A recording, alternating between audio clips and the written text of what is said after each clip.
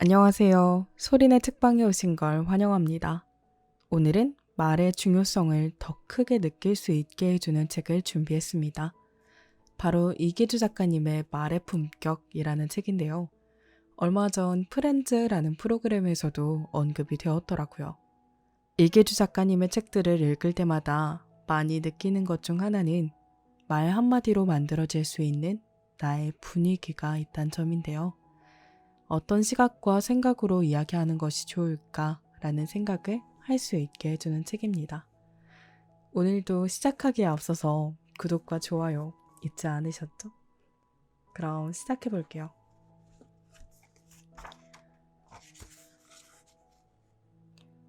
무심코 던진 말 한마디에 품격이 드러난다. 나만의 채취, 내가 지닌 고유의 인양은 내가 구사하는 말에서 뿜어져 나온다.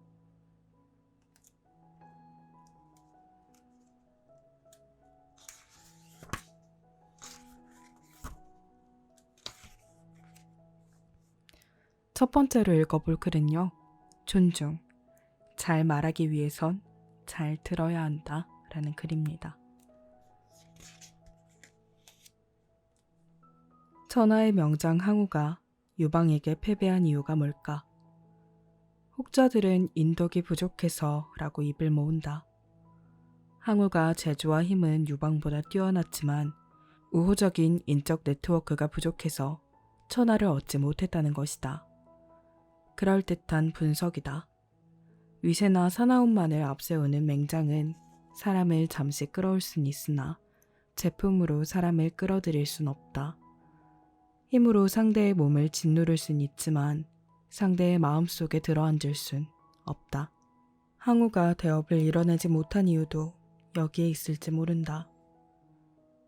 오늘날에도 우군이 많은 사람은 그렇지 않은 사람보다 조직 공동체 생활에서 유리한 고지를 점한다. 주변에 든든한 원군이 있으므로 한치 앞을 내다볼 수 없는 천하대란의 소용돌이에서도 갈등의 한복판에서 겉돌거나 헤매는 법이 없다. 삼국지 연의에서 천하의 덕장으로 묘사된 유비 역시 그러한 유형으로 볼 수 있다. 덕장이 있는 곳에 사람이 몰리는 법이다. 유비는 자신의 덕을 깃발 삼아 훌륭한 인재를 불러들였고 그들의 의견에 귀를 기울였다. 제갈량을 초빙하는 과정에서는 3번이나 찾아가 고개를 굽히며 도움을 청했다. 겸손과 굽힘과 협업을 통해 난제를 해결한 유비의 새는 눈덩이처럼 풀어났다. 유비의 진정한 무기는 칼이 아니라 덕이었다. 21세기 버전의 덕장을 꼽으라면 누가 있을까? 상당수가 버락 오바마 전 미국 대통령을 꼽는데 주저하지 않을 것이다. 정치 전문가들은 오바마 특유의 포용력과 친화력을 그가 지닌 가장 큰 장점으로 꼽는다. 오바마 리더십의 요체가 무엇인지, 그리고 그 리더십이 어떻게 국민적 지지를 얻었는지 이해할 수 있는 일화가 있다. 오바마가 이민개혁법 통과를 촉구하는 연설을 하던 때였다. 단상 뒤편에 이민자 400여 명이 연설을 듣기 위해 기립해 있었다. 오바마 대통령이 막 연설을 시작하려는데 동양인 청년 한 명이 뛰쳐나와 날카로운 구호를 내던졌다. 이민자 추방 중단, 중단. 청년의 목소리는 다급했지만 가볍진 않았다. 오랫동안 마음에서 품어낸 말을 겨우 부화시켜 밖으로 꺼내놓은 듯했다. 청년의 예리한 구호가 대통령의 연설의 한가운데를 갈라놓았다. 급기야 건장한 경호원이 청년을 끌어내기 위해 다가갔다. 경호원이 손을 좌우로 내저으며 청년의 입을 틀어 막으려고 했다. 그러나 청년은 말을 삼키지 않았다. 목구멍에서 들끓는 문장을 밖으로 끄집어냈다. 그의 목소리가 재차 허공을 갈랐다. 정부는 추방을 멈춰라. 멈춰라. 청년과 경호원 사이에서 다소 험악한 분위기가 조성되었다. 이때 오바마가 청년을 가리키며 말했다. 괜찮아요. 청년을 여기에 그냥 있게 해줍시다. 나는 저 청년이 자신의 가족을 생각하는 마음을 존중합니다. 오바마가 말을 이었다. 다만 이민 정책처럼 복잡한 사안을 해결하기 위해서는 설득과 설명, 그리고 서로의 이해가 필요합니다. 민주주의를 위해서는 급할수록 돌아가야 한다고 생각해요. 때로는 멀리 돌아가는 길이 바른 길입니다. 당신의 생각이 궁금해요. 얘기하고자 하는 바가 뭔가요? 말해보세요. 오바마의 품격 있는 대처는 언론에서 화제가 되었다. 한 신문은 상대의 의견에 동의하지 않더라도 상대의 발언권을 존중하는 태도야말로 오바마가 지닌 리더십의 원천이라고 보도했다. 오바마의 연설 장면이 눈앞에 어른거릴 무렵이었다. 나는 밤늦게 홍대 근처 정류장에서 버스를 기다리며 대중연설에서 오바마가 들려주는 바리톤 음성과 단번에 청중의 감성을 뒤흔드는 그의 언품을 떠올리고 있었다.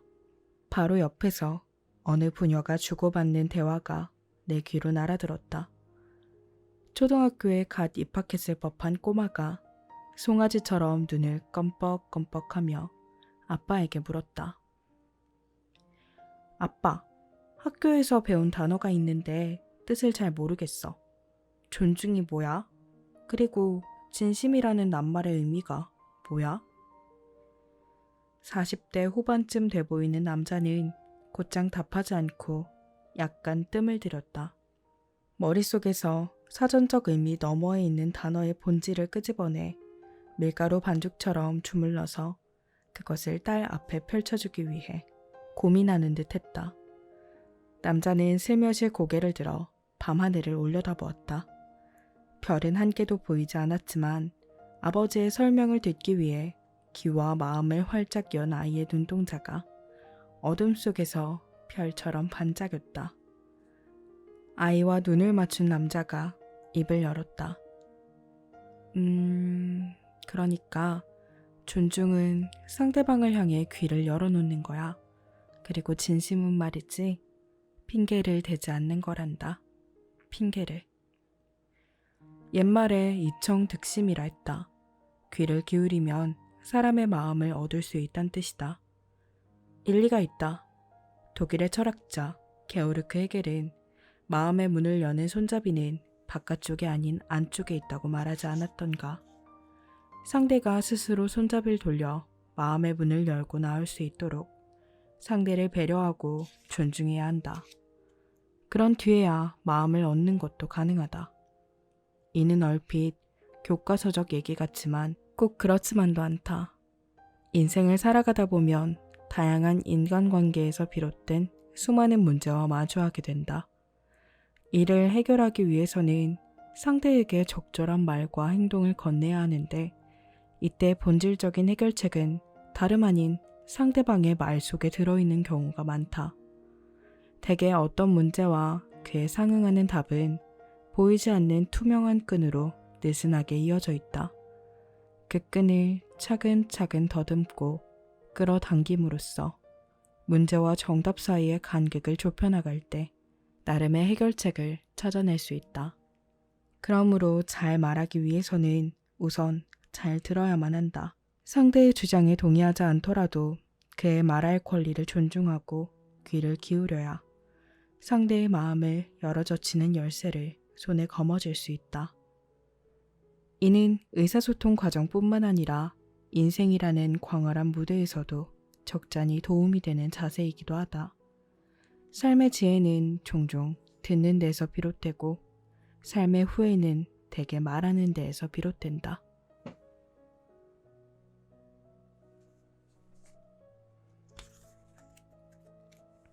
다음 글은 반응이라는 글입니다. 대화의 물길을 돌리는 행동.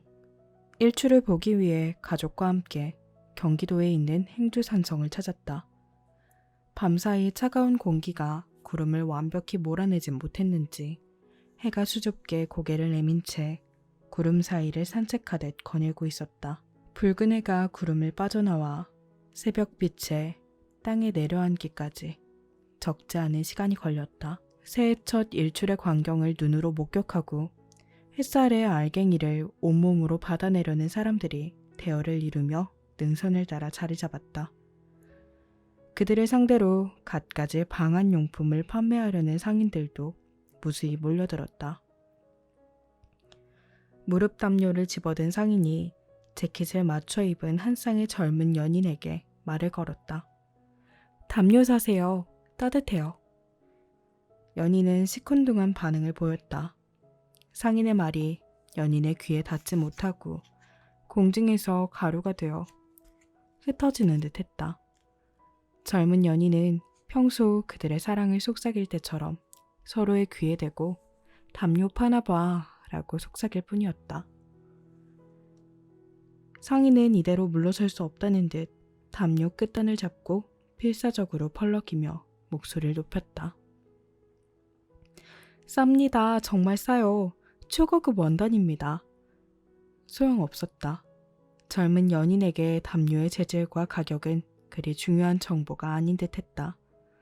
연인은 다정하게 팔짱을 낀 채 다시 걸음을 재촉했다.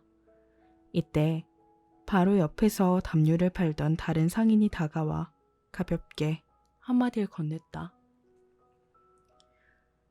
둘이 참 잘 어울려요. 선남선녀가 따로 없네요. 접대성 멘트인 게 분명했지만 연인의 입장에서 기분이 나쁠 리가 없었다. 여자친구의 손을 꼭 잡은 남자가 힘얼건 이빨을 드러낸 채 희죽거렸다.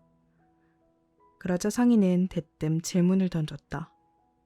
상인의 질문은 곡사화기에서 발사된 포탄처럼 포물선의 궤적을 그리며 연인을 향해 유유히 날아갔다. 참, 근데 둘이 사귄 지는 얼마나 됐어요? 남자의 품에 안겨있던 여자가 대꾸했다. 이제 100일째랍니다. 기념도 할 겸해서 오늘 해돋이 보러 왔어요. 여자의 100일이라는 말에 상인의 귀가 토끼처럼 쫑긋 섰다. 일순 그의 눈이 번뜩였다. 얼굴엔 엷은 미소가 번졌다. 잠시 뒤 상인의 한마디가 짧은 대화의 활용 점정을 찍었다. 깨소금이 쏟아질 때네요. 아무튼 정상에 오르면 기운이 뚝 떨어져요. 여자친구가 감기에 걸릴지도 몰라요.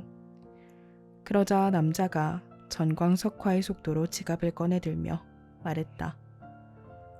이런, 담요 하나 챙겨서 올라가야겠네요. 얼마죠? 상인은 특유의 친화력을 발휘하며 연인에게 다가갔다. 흥미로운 점은 상품의 장점이나 차별성을 언급하지 않았음에도 담요를 파는 데 성공했다는 사실이다. 상인이 말을 나열한 순서를 복귀하면 더욱 흥미롭다.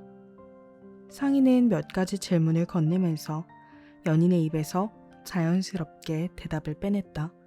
특히 기온이 뚝 떨어진다는 말은 단순한 정보 제공이 아니었다. 교제한 지 100일밖에 안 된 남자 가운데 기온이 뚝 떨어진다는 말을 듣고도 지갑을 열지 않을 사람이 몇이나 되겠는가. 상인은 단순히 물건을 팔려고 애쓴 게 아니다.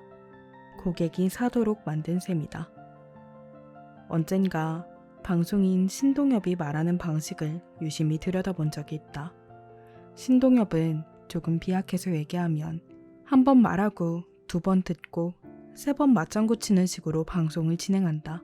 신동엽은 출연자가 말할 때 함부로 끼어들거나 중간에 말허리를 꺾어 들어가지 않는다. 그저 출연자가 편안하게 얘기를 꺼내놓을 수 있도록 배려하며 대화의 장을 조성한다.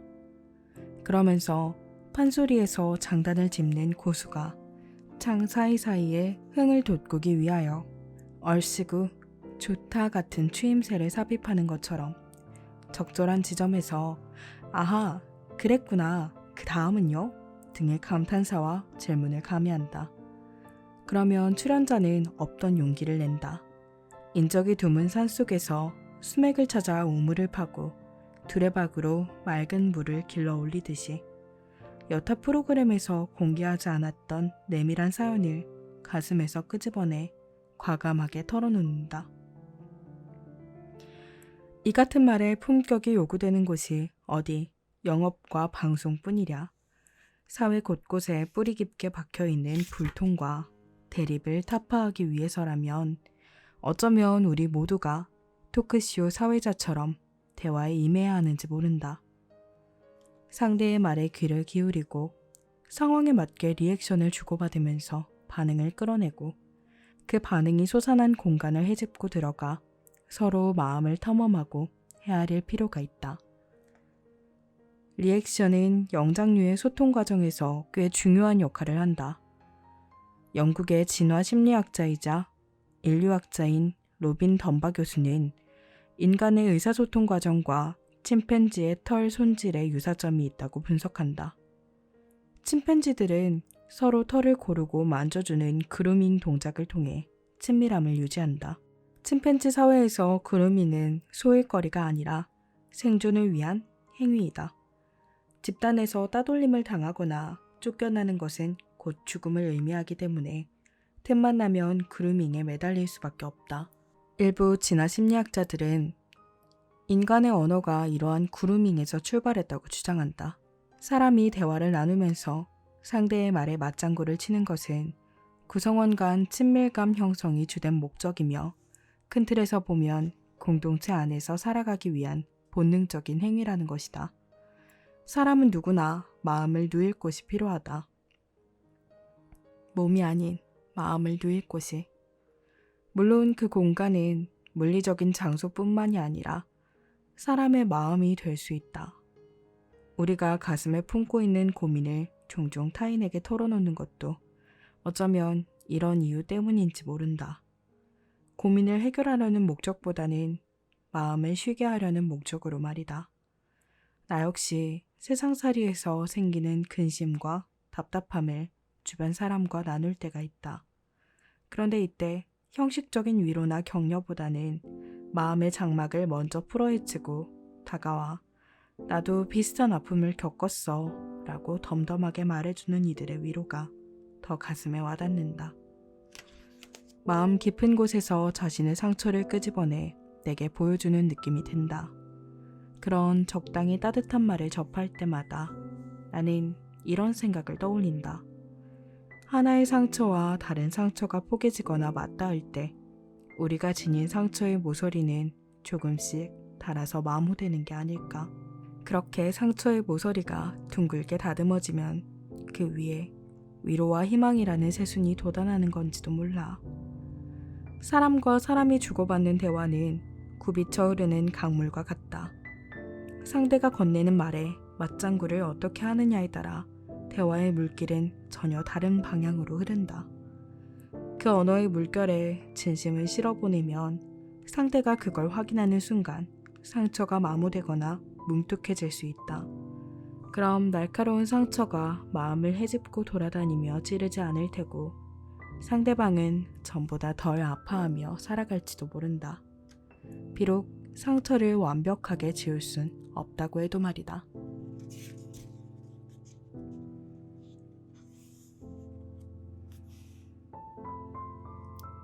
다음 글은 시선입니다. 관점에 중심을 기울이는 일. 집 근처에서 이채로운 광경을 목격했다. 67살쯤 돼 보이는 아이가 초저녁에 스파이더맨 복장으로 골목을 활보하고 있었다. 아이들 사이에서 유행하는 캐릭터 코스프레였다. 꼬마는 선홍색 바탕에 검정 줄무늬가 새겨진 쫄쫄이를 입고 스파이더맨이 거미줄을 발사하는 장면을 그대로 흉내냈다. 오른 손목을 바깥쪽으로 접어 내밀며 핫핫 하고 우렁찬 기합을 질렀다. 꼬마의 외침이 골목을 점령했다. 내가 어릴 적에 보자기 망토를 두르고 장독대에서 뛰어내리며 열정적으로 슈퍼맨을 외치던 모습과 크게 다르지 않았다. 난 아이 엄마의 말씨에 주목했다. 저녁 먹을 시간이 다가왔기 때문이다. 궁금했다. 좁은 골목길에서 수시로 차가 지나다니고 아이는 여전히 코스프레 놀이 삼매경에 빠져있는 상황. 꼬마의 엄마는 아이 귀가를 어떤 방식으로 유도할까? 이때 상당수의 부모는 그만 놀아 어서 들어와 처럼 직선을 닮은 명령형 문장을 힘차게 내던지거나 배 안 고프니? 저녁 먹지 않을래? 식의 곡선을 닮은 청유형 문장을 흘린다. 그러나 아이 엄마는 전혀 다른 유형의 문장을 동원했다. 그녀는 아들보다 더 우렁찬 목소리로 다음과 같이 외쳤다. 스파이더맨, 무턱대고 거미줄을 쏘면 부상자가 발생할 수도 있어. 인명피해가 일어나지 않도록 조심해. 그럼 임무 마친 뒤 무사히 귀환하도록. 그녀의 목소리와 몸짓은 영화배우가 극중 배역에 몰입해 그 인물 자체가 되어 열연하는 메소드 연기를 떠올리게 했다. 그만큼 자연스러웠다. 아이는 배우가 대사를 주고받듯이 화답했다. 네, 알겠습니다. 곧 귀환하겠습니다. 오버. 순간 무릎을 쳤다. 역지사지의 정신을 완벽하게 응용한 사례가 아닌가. 교육 전문가들이 이상적인 자녀 지도법으로 꼽는 눈높이 교육의 사례를 거창한 세미나가 아닌 동네 골목에서 발견하다니. 난 그날 저녁 전혀 예상하지 못한 곳에서 전설의 무림고수를 만난 듯한 희열을 느꼈다. 역지사지. 말 그대로 입장을 한번 바꿔놓고 생각해보자는 것이다. 역지사지는 본래 맹자 이루편에 나오는 역지즉 개연이라는 표현에서 비롯된 말이다. 내가 만약 그러한 처지였으면 나 역시 그랬을 것이다 라는 뜻이다. 역지사지가 소통을 위한 전제 조건임은 틀림없지만 말처럼 쉽지만은 않은 것 또한 사실이다.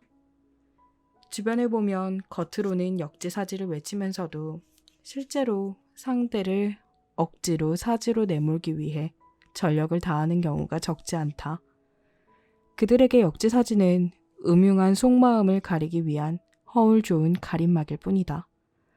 얼마 전 진정한 의미의 역지사지에 대해 곱씹어볼 기회가 있었다.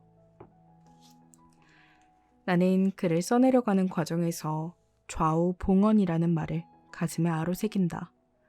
주변에서 맞닥뜨리는 사건과 현상 모두가 학문 수양의 원천이 된다 라는 의미로 해석할 수 있다. 삼라만상 모두가 공부의 자원이다. 진리와 이치를 먼 데서 찾을 필요가 있을까 싶다. 주변을 진득하게 응시하면 어느 순간 진리에 도달하게 된다고 나는 생각한다. 퇴근길에 지하철 3호선에 몸을 실었다. 내 눈길을 잡아 끄는 모자가 있었다. 백발이 성성한 어머니가 아들로 보이는 중년 사내에게 지하철역 이름을 묻고 또 묻는 게 아닌가. 얘야, 여기가 무슨 역이냐? 어머니는 눈을 가늘게 뜨고 아들을 쳐다보았는데 눈동자가 또렷하지 않았다. 두 번 다시 돌아갈 수 없는 과거의 어느 시점을 떠올리며 회상하는 것처럼 보였다. 얼핏 치매를 앓고 있는 것 같기도 했다. 거듭되는 노모의 질문에 아들이 입을 열었다. 아들은 늙은 어머니를 바라보는 게 아니라 마치 갓 태어난 아기의 얼굴을 들여다보듯이 생긋 웃으며 답했다. 어머니, 여긴 녹번역인 것 같아요. 참 기억나세요? 내가 어릴 때 버스만 타면 정류장 이름 알려달라고 귀찮게 굴었잖아요. 그때마다 어머니는 화도 안 내시고 10번, 20번씩 대답해줬어요. 그때가 엊그제 같은데. 어머니는 웃기만 할 뿐 아무 말도 하지 않았다. 어머니는 아들의 말을 제대로 알아들은 것 같진 않았지만 모든 것을 다 알고 있다는 듯한 눈빛으로 사내를 바라보면서 느릿하게 고개를 끄덕였다. 바다처럼 넓고 투명한 미소 앞에서 아들은 웃기만 했다. 그 웃음은 마음속에서 번져오는 웃음이라기보다 안구 밖으로 터져나오는 눈물을 도로 집어넣기 위한, 슬픔을 참아내기 위한 웃음처럼 보였다. 사내의 목소리에는 울음기가 배어 있었다. 지하철을 내리며 모자의 대화 내용을 곱씹었다. 남들에겐 평범한 광경이었을 테지만 내게는 특별해 보였다.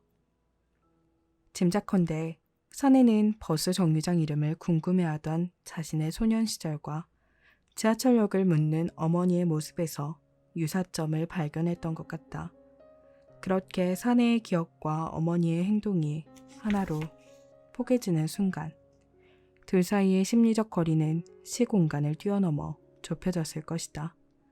사내가 짜증 한 번 내지 않은 채 노모의 질문에 웃으며 답한 것도 이런 이유 때문이었으리라. 모자의 대화가 내 귀를 파고들어 가슴으로 번져올 때 나는 역지사지를 떠올렸다. 아니, 그 한자 성어밖에 떠오르지 않았다. 아들의 행동이야말로 역지사지의 정수가 아닐까 생각했다.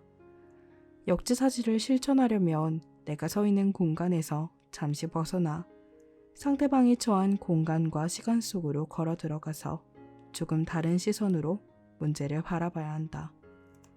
기존의 관점을 내던져 관점 전환을 시도해야 한다.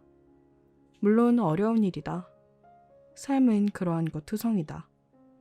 그래도 시도는 해봐야 한다. 관점을 다른 방향으로 급격하게 바꾸는 건 쉽지 않으므로 관점의 중심을 이동해 비스듬히 기울여 봄직하다. 그래야 유관이 아니라 심한을 부릅뜰 수 있다. 수치로 계량할 수 없는 것을 포착할 수 있다. 그렇게 얻은 새로운 시선과 역지사지의 마음으로 관점을 기울이면 전혀 다른 풍경이 눈에 들어올지 모른다. 아니, 그때 비로소 못 보던 것을 볼 수 있을지 모른다. 저는 이 글에서 앞쪽에 스파이더맨의 어머니, 그분이 하시는 말씀이 되게 흥미로웠어요. 아이에게 뭐라고 하지 않으면서 긍정적인 말로 아이가 때가 되면 돌아올 수 있게끔 그렇게 하는 모습이 되게 멋있게 보였습니다. 쉽지 않고 저게 실제로 가능한 일인가? 라는 생각을 조금 했어요.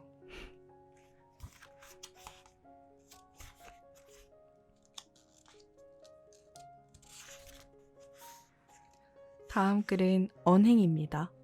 말과 행동 사이의 간극. 믿음을 의미하는 한자 신에는 깊고 오묘한 뜻이 담겨 있다. 모름지기 사람이는 자신이 한 말을 지켜야 신뢰를 얻을 수 있다는 것이다. 말과 신뢰, 둘 사이의 관계에 대해 고민할 기회가 있었다. 2001년 9월 11일, TV를 통해 뉴욕 맨해튼의 세계 무역센터 건물이 무너지는 장면이 전 세계로 생중계되었다. 현장은 전쟁터를 방불케 했다. 부상자와 구조대원을 촬영하기 위해 격하게 흔들리는 카메라의 움직임이 현장의 긴박함을 시청자에게 고스란히 전했다. 높다란 건물이 연기에 휩싸였고 건물에서 뛰쳐나온 사람들은 어디로 가야 할지 몰라 우왕좌왕했다. 부상자의 팔과 다리에서 선홍색 피가 흥건하게 흘러나왔다. 해가 질 무렵에는 도시 전체가 비명과 어둠으로 뒤덮였다. 루돌프 줄리아니 뉴욕 시장의 모습도 화면에 어른거렸다. 당시 줄리아니 시장은 암투병 중이었지만 사고 소식을 듣고 한 걸음에 현장으로 달려와 구조 작업을 지휘하고 있었다. 구조대원이 줄리아니 시장의 앞을 가로막으며 숨을 헐떡거렸다. 더는 들어가면 안 됩니다. 위험합니다. 어서 안전한 곳으로 피하세요. 방진 마스크를 벗어젖히며 줄리아니가 고함을 지르듯 대답했다. 줄리아니의 음성은 음성이라기보단 음향에 가까웠다. 확성기로 증폭된 기계음처럼 쩌렁쩌렁 퍼져나가 사방으로 나부꼈다. 소리의 끄트머리를 가늠할 수 없었다. 나보고 물러나라고요? 난 괜찮아요. 일단 사람들을 북쪽으로 대피시켜요. 북쪽 길부터 뚫어요. 줄리아니 시장은 말로만 구조를 독려하지 않았다. 북쪽 길부터 라는 외침이 방송을 타고 메아리처럼 거리에 퍼지는 순간 줄리아니는 구조대원과 함께 잿더미로 뒤덮인 폐허 속으로 가뭇없이 사라졌다. 며칠 후 줄리아니 시장은 희뿌연 콘크리트 먼지를 뒤집어 쓴 채 연단에 올랐다. 줄리아니는 잠시 허공을 바라본 뒤 떨리는 목소리로 말했다. 그의 목소리는 선명했지만 날카롭지 않았고 말의 가락은 높았지만 무게는 가볍지 않았으며 말의 속도는 느렸지만 그리 무디지 않았다. 뉴욕은 내일도 이 자리에 있을 겁니다. 테러가 우리를 멈추게 할 수 없다는 것을 증명할 것입니다. 사고 수습 과정에서 줄리아니가 보여준 리더십에 뉴욕 시민들은 찬사를 아끼지 않았다. 뉴욕은 줄리아니를 신뢰했다. 경악과 분노, 비탄과 슬픔을 딛고 뉴욕이 부활하는 데는 그리 오랜 시간이 걸리지 않았다. 리더의 말은 곧고 매서운 직선인 동시에 부드러운 곡선과 같아야 한다. 때로는 능수능란하게 휘둘러서 도려낼 것을 도려내야 하고 때로는 부드럽게 친친 둘러감아서 껴안을 대상을 껴안아야 한다. 아비규환을 방불케 하는 재난 상황이라면 리더는 위기의 본질을 꿰뚫고 흐트러짐 없는 말로 신속하게 명령을 내려야 한다. 그런 면에서 줄리아니 시장의 언어는 전국을 찔렀다고 볼 수 있다. 줄리아니의 말은 헛되이 흩날리지 않았다. 군더더기 없이 간결한 말로 상황을 장악했다. 무엇보다 언행이 일치했다. 초등학교 때 배운 미술 기법에 비유하자면 데칼코마니 같았다. 도화지 절반에 물감을 뿌린 뒤 종이를 접으면 반대편 도화지에 똑같은 그림이 묻어나듯 줄리아니의 말과 행동에는 차이가 없었다. 말과 행동의 관계는 오묘하다. 둘은 따로 분리될 수 없다. 행동은 말을 증명하는 수단이며 말은 행동과 부합할 때 비로소 온기를 얻는다. 언행이 일치할 때 사람의 말과 행동은 강인한 생명력을 얻는다. 상대의 마음에 더 넓게, 더 깊숙이 번진다. 이는 나름대로 과학적인 근거가 있는 이야기다. 인간은 오감을 통해 외부의 정보를 받아들이는데 이 가운데 대략 80%가 시각에 의한 것이다. 의사소통도 마찬가지다. 우린 대화를 나눌 때 단순히 청각적 정보에만 집중하지 않는다. 겉으로 드러나는 시각적 정보를 적극적으로 수용하면서 상대방을 파악한다. 이 과정에서 자연스레 상대의 말과 행동을 비교 또는 대조하게 된다. 우리가 구사하는 말과 취하는 행동이 하나로 뽀개져야 하는 이유도 여기에 있다. 공자는 일찍이 언행일치의 중요성을 언급했다. 공자는 논어 위정편에서 선행기원 이후 종지라고 했다. 행동을 옮겼다면 말이 꼭 뒤따라야 한다는 뜻이다. 말과 행동에 괴리가 없어야 함을 강조한 셈이다. 이는 도산 안창호 선생의 무실역행 사상과도 의미가 부합한다. 무실은 참되게 힘을 쓰자는 뜻이고 역행은 뒤로 미루지 말고 현재에 충실히 하자는 의미다. 이 역시 실행의 중요성을 강조한 것으로 흡사 유명 스포츠 브랜드의 광고 문구 Just do it을 연상케 한다. 적어도 한국과 중국 등 동양 문화권에서는 언행일치가 보편적 가치관이었다. 말과 행동이 같은 사람은 대중이 본받아야 할 어른으로 추앙받지만 둘 사이의 간격이 지나치게 크면 예나 지금이나 조직생활과 인간관계에서 손해를 입게 된다. 번지르르한 말만 앞서는 언행 불일치족이라는 꼬리표가 따라 붙는다. 입으로 내뱉는 말과 몸으로 취하는 행실의 관계는 떼려야 뗄 수 없다. 비유하자면 음식과 양념처럼 말이다.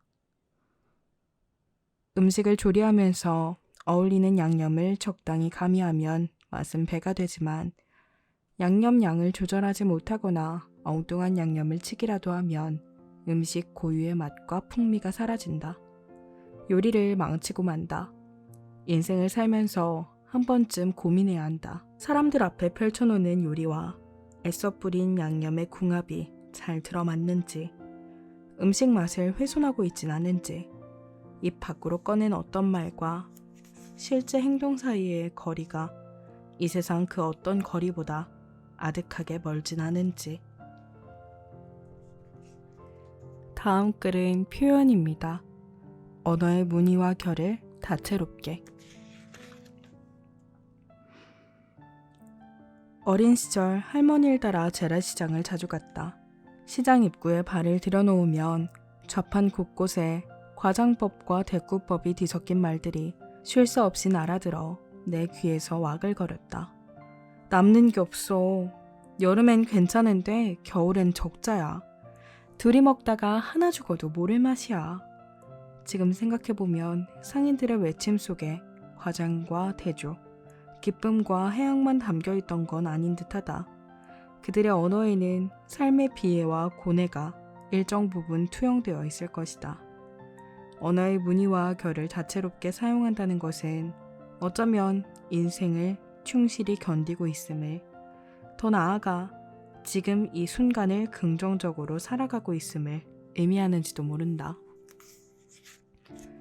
삶에 대한 의지를 내려놓지 않고 세상을 낙관적인 태도로 바라볼 수 있을 때 허허로운 일상을 긍정적으로 표현할 수 있고 또 그것을 다른 대상에 빗대어 묘사할 수 있으니 말이다.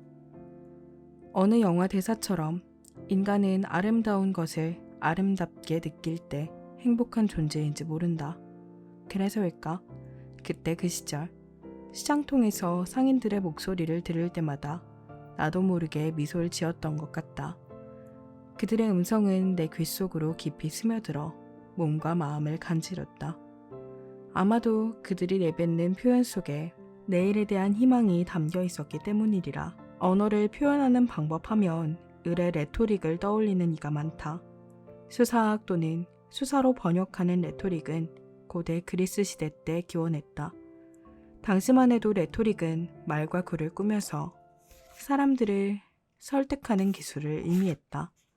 연설과 변론에 나설 기회가 많은 철학자와 정치인이 대중에게 메시지를 효과적으로 전달하기 위해 비유와 강조 등의 수사적 기법을 활용했다. 다만 여러 가지 레토릭을 동원해 문장을 다채롭게 표현하는 능력에 관한 한 중국인을 따라잡을 민족은 없어 보인다. 오죽하면 중국 사람은 분만 들면 바늘을 대들보로 만들 수 있다는 말이 존재하겠는가. 당나라 시선 200의 시는 낭만주의적 시풍이 주요한 특색이다. 시구 곳곳에 과장과 비약과 기교가 넘실거린다. 200은 추포가에서 흰 머리털이 3,000장 길이로 자랐다며 근심을 토로했고, 장진주에서는 술을 마시려면 300잔은 마셔야지 라고 호탕하게 노래했다. 대륙의 풍모가 느껴진다. 과장법 하면 삼국지 연의를 빼놓을 수 없다. 작품 속 최고의 스펙터클 장면으로 꼽는 장판교 싸움을 보자 장비는 좁다란 다리 위에서 눈을 부릅뜨고 장팔사모를 움켜쥔 채 조조의 군대를 향해 엄포를 놓는다. 나는 연나라 사람 장비다. 나와 맞서 싸울 자가 있으면 덤벼라. 벼락같이 장판교를 건너온 장비의 외침과 위세의 귀가 꺾인 병사들은 동요한다. 그 누구도 장비에게 달려들지 못한다. 우레와 같은 고함만으로 100만 군대를 물리친 셈이니 요즘으로 치면 블록버스터급 영화가 아닐 수 없다. 수사법은 오늘날 일상에서도 빛을 발한다. 평범한 대화를 풍요롭게 한다.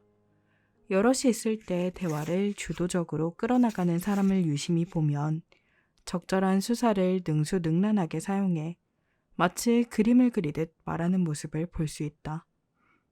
이와 관련해 벨기에 루뱅 가톨릭 대학의 류크 드 브라방데르 교수는 독특한 이론을 제시한다. 수사법이야말로 타인에게 신선한 자극을 주고 자기를 어필할 수 있는 가장 창의적인 방법이란 것이다. 인간의 뇌는 복잡한 현상을 접하면 그걸 쉽게 이해하기 위해 익숙한 틀에 넣어 단순화합니다. 그런데 누군가가 새로운 틀을 제시하면 거기에 흥미를 갖게 됩니다. 관심을 보이는 것이죠. 수사법이나 모순법 등이 그러한 틀이 될 수 있습니다. 다만 적당한 말을 꾸미는 것이 손잡이가 달린 양날의 칼이라면 레토릭은 손잡이 없는 양날의 칼이다. 설고 어설프게 휘두르면 손을 베인다. 그릇된 수사법으로 수세에 몰리는 이들은 수두룩하다. 일전에 정부의 고위 관료가 거위 털 뽑듯 국민이 고통을 느끼지 못하게 세금을 거둘 것이라며 세제 개편안의 당위성을 설명했다. 프랑스의 루이 14세 때 콜베르 재무장관이 언급한 세금 걷는 기술은 거위털 뽑는 것과 같다는 말을 차용한 셈이다. 납세자를 거위에 비유하는 상황을 누가 웃어넘길 수 있겠는가?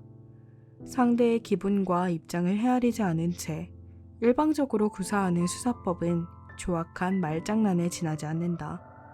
상대의 자존심을 후려치는 역효과만 낳는다.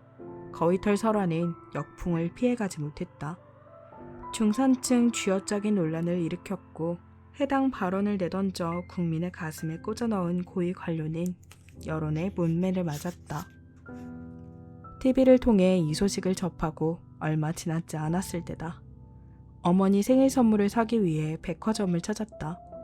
나는 매장 점원에게 요즘 중년 여성들 사이에서 인기를 끄는 지갑이 있다고 하던데요? 하고 물었다. 점원은 나를 위아래로 훑어보며 말했다. 입을 열기 전 몇 초간 직원의 동공이 빠르고 넓게 열려 나를 이리저리 관찰하는 것이 느껴졌다. 가만 보자. 드라마에서 유명 연예인이 들고 나온 모델인데 완판됐답니다. 재고가 있으려나?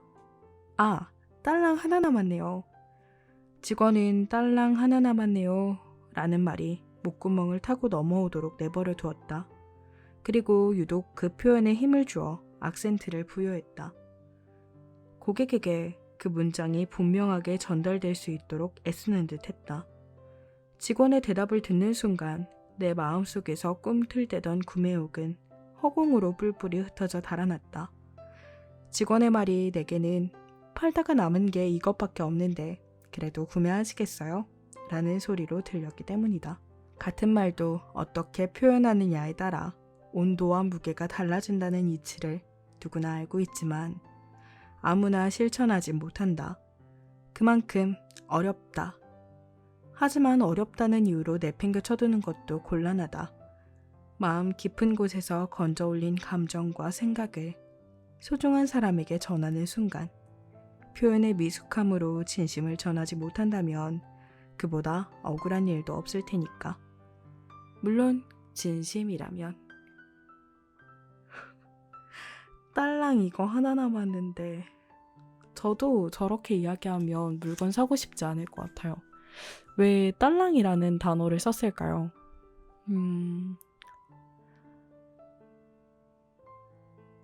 더 좋은 표현들이 많이 있었을 텐데.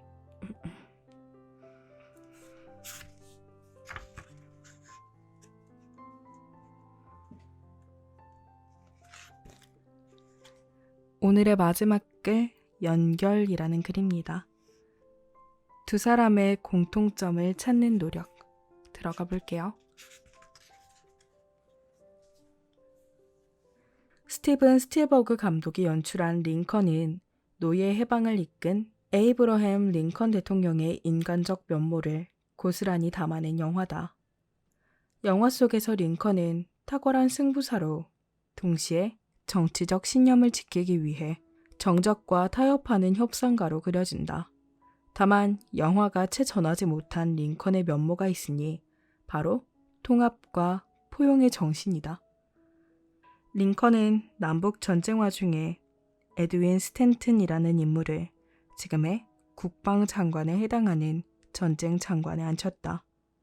사람들은 의아해하며 수군거렸다. 링컨과 스탠튼에 대한 뜬소문이 날개를 파닥거리며 새처럼 정가 주변을 날아다녔다. 스탠튼은 사사건건 링컨의 정치적 행보를 비난하는 앙숙이었다. 일리노이주에서 거물 변호사로 활동하던 시절 스탠튼은 링컨을 향해 켄터키 촌뜨기, 덩치 큰 긴팔 원숭이라고 모욕했다. 자신의 혀를 너덜너덜하게 휘두른 기억이 머릿속에서 어른거린 탓에 스탠튼은 장관직 제의를 받자 어안이 벙벙했다. 내가 내뱉은 말이 링컨의 가슴에 내장처럼 단단히 박혀있는 것인가? 그 말을 뽑아서 이번엔 나를 찌르려는 것인가? 링컨의 속셈이 뭘까?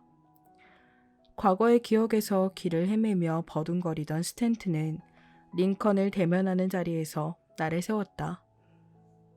도대체 왜 내게 전쟁 장관이란 요직을 맡기는 겁니까? 조롱이라도 하겠다는 겁니까? 링컨은 곧바로 대답하지 않고 슬그머니 미소를 지었다. 스탠튼이 보기에 링컨의 미소는 따뜻하면서도 넓었다. 스탠튼이 한 번도 가보지 않은 세계, 어쩌면 감히 짐작할 수 없는 세계가 너른 웃음 속에 감춰져 있는 것 같았다. 링컨이 입을 열었다. 사실 나도 처음엔 당신이 싫었어요. 하지만 싫었기 때문에 당신에 대해서 더 깊이 알아봐야겠다고 생각했습니다. 당신이 법정에서 열정적으로 싸우는 모습을 자주 목격했는데요. 당신만큼 공적인 의무감이 투철한 사람을 보지 못했어요. 그 정도 책임감과 투쟁력이라면 전쟁 장관으로 제격이 아닐까 싶어요. 어때요? 나와 함께 나라를 위해 싸워보지 않겠소? 스탠튼은 얼굴이 화끈거렸다.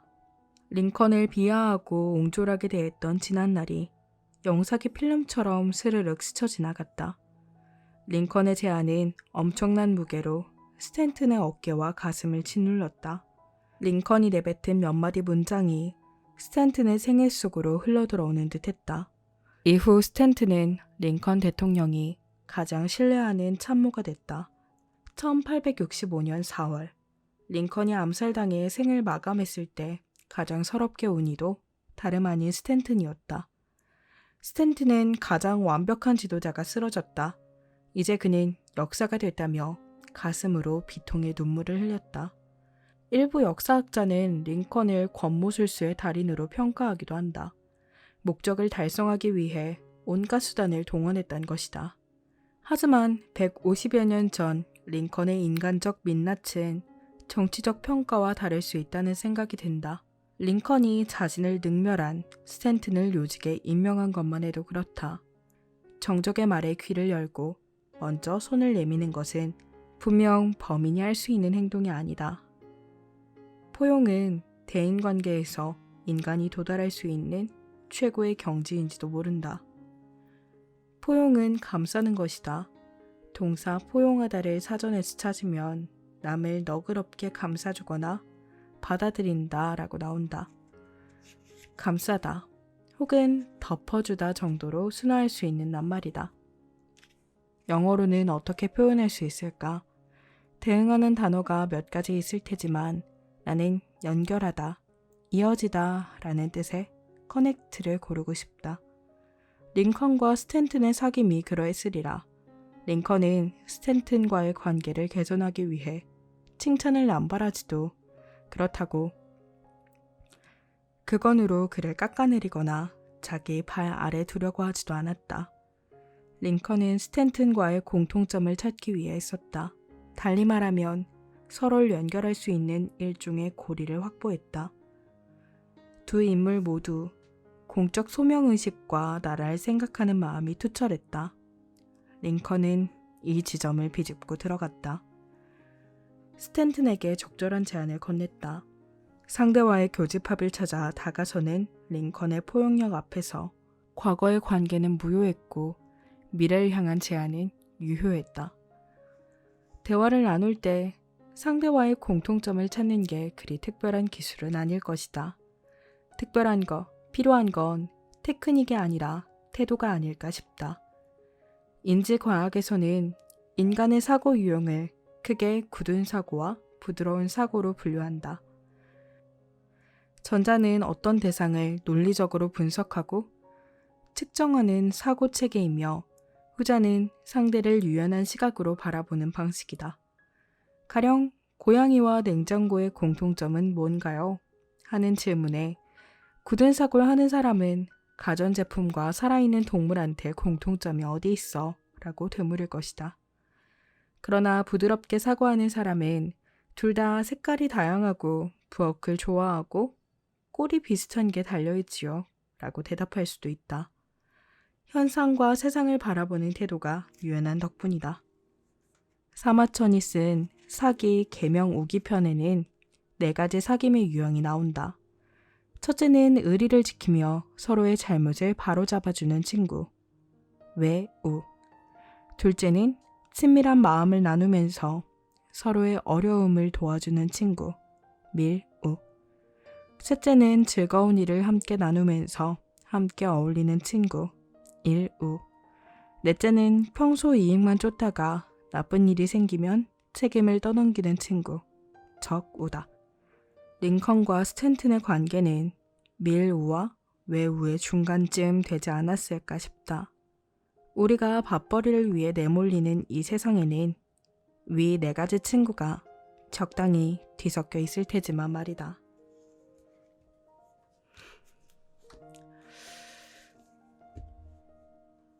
자신을 싫어하는 말들을 마구마구 내뱉던 누군가를 포용하는 거. 저는 아직 그 단계까지 가지 못할 것 같습니다. 이계주 작가님의 책은 일상에서 내가 어떤 모습과 행동으로 살아가고 있는지를 되짚게끔 하는 글들이 많이 담겨 있다고 생각해요. 그래서 같은 책도 읽고 또 읽고 또 읽어보고 읽을 때마다 다르게 느껴지기도 하는 책인데요. 여러분들께는 어떤 책이었을지 궁금하네요. 오늘도 제 작은 소리에 귀 기울여 주셔서 감사합니다. 저는 여러분들의 오늘이 어제보다 조금 더 반짝이는 하루 되길 응원하면서 물러가도록 하겠습니다. 편안한 밤 되시길 바랄게요.